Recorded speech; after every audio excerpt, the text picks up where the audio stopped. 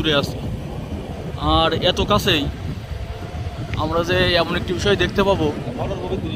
হ্যাঁ, মোটামুটি আপনি আরেকটু পরে আসলেই বুঝবেন যে আসলে এই জায়গাটা অনেক ভৌতিক। ভৌতিক কেন?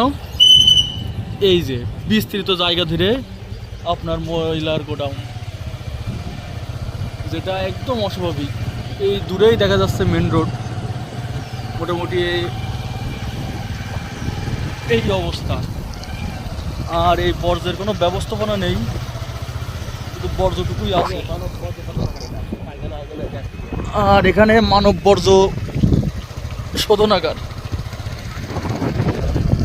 আবার এই বর্জ্য এলাকা পার হইলেই আছে ইটভাটা। ইটভাটার ওই পাশেই জোয়ান গ্রিন ভ্যালি পার্ক।